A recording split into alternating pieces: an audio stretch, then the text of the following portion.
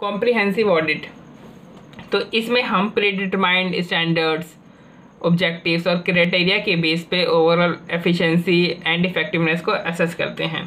किसी भी public enterprise के कॉम्प्रिहेंसिव ऑडिट का स्टार्टिंग पॉइंट उसके ऑडिट प्रोग्राम की प्रिपरेशन से शुरू होता है, और ऑडिट प्रोग्राम को प्रिपेयर किया जाता है based on the study of capital and operational budgets, objectives and areas of operation. देखो, जो कॉम्प्रिहेंसिव ऑडिट होता है ना, उसमें जो एरिया कवर किया जाता है वो वेरी करता है enterprise to enterprise depending upon its nature, objectives and operations.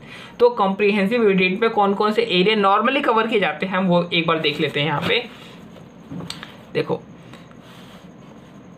सबसे पहला है comparison of overall capital cost of the project versus the approved plan cost, फिर वेदर एक्सेप्टेड प्रोडक्शन और operational output has been achieved, फिर planned rate of return, system of project formulation and implementation, cost control measures are adequate और not, research and development programs, system of repair and maintenance, effective and economical project planning, undue waste, unproductive time for man and machines.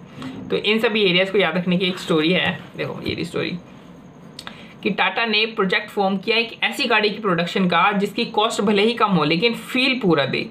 इसके लिए उन्होंने capital खर्च करके R&D करी और production procedure को follow करके गाड़ी की इन्वेंट्री तैयार कर दी।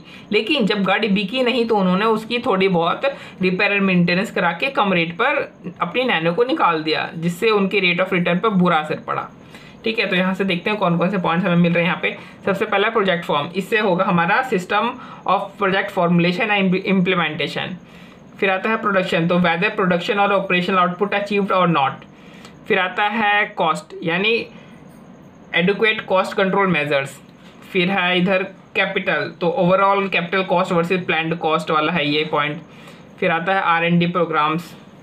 फिर इन दोनों प्रोसीजर इन्वेंटरी में कोई कुछ नहीं है हमारे पास। ठीक है, फिर आता है वेस्ट से undue wastage, unproductive time for man and machine.